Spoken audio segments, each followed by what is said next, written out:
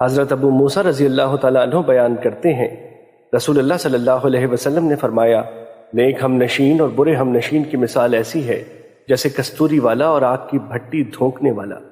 کستوری والا یا تو وہ تمہیں عطیہ دے دے گا یا تم خود اس سے خرید لو گے یا پھر تم اس سے اچھی خوشبو پالو گے، جبکہ بھٹی دھونکنے والا یا تو وہ تمہارے کپڑے جلا دے گا یا تم اس سے گندی بو پاؤ گے۔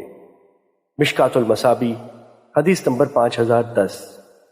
حضرت معاذ بن جبل رضی اللہ تعالیٰ عنہ بیان کرتے ہیں، میں نے رسول اللہ صلی اللہ علیہ وسلم کو فرماتے ہوئے سنا، اللہ تعالیٰ فرماتا ہے، ان لوگوں کے لیے جو میری خاطر باہم محبت کرتے ہیں، میری خاطر باہم ملاقاتیں کرتے ہیں اور میری خاطر ہی ایک دوسرے پر خرچ کرتے ہیں، میری محبت واجب ہو گئی۔ اور ترمذی کی روایت میں ہے، فرمایا اللہ تعالیٰ فرماتا ہے، میری جلالت و عظمت کی خاطر باہم محبت کرنے والوں کے لیے نور کے ممبر ہیں، ان پر انبیاء اور شہداء بھی رشک کریں گے۔ مشکات المصابیح حدیث نمبر 5011۔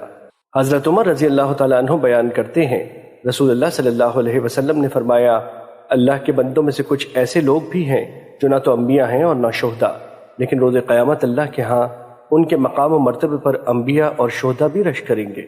صحابہ نے عرض کیا، اللہ کے رسول، آپ ہمیں بتائیں کہ وہ کون لوگ ہیں؟